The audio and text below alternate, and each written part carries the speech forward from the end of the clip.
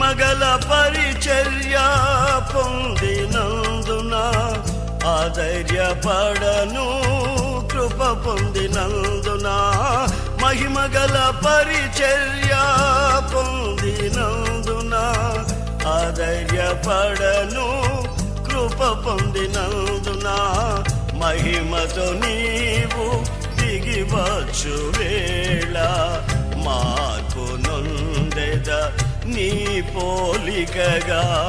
మహిమతో నీవు దిగివచ్చు వేళ మార్పు నొందెద నీ పోలికగా.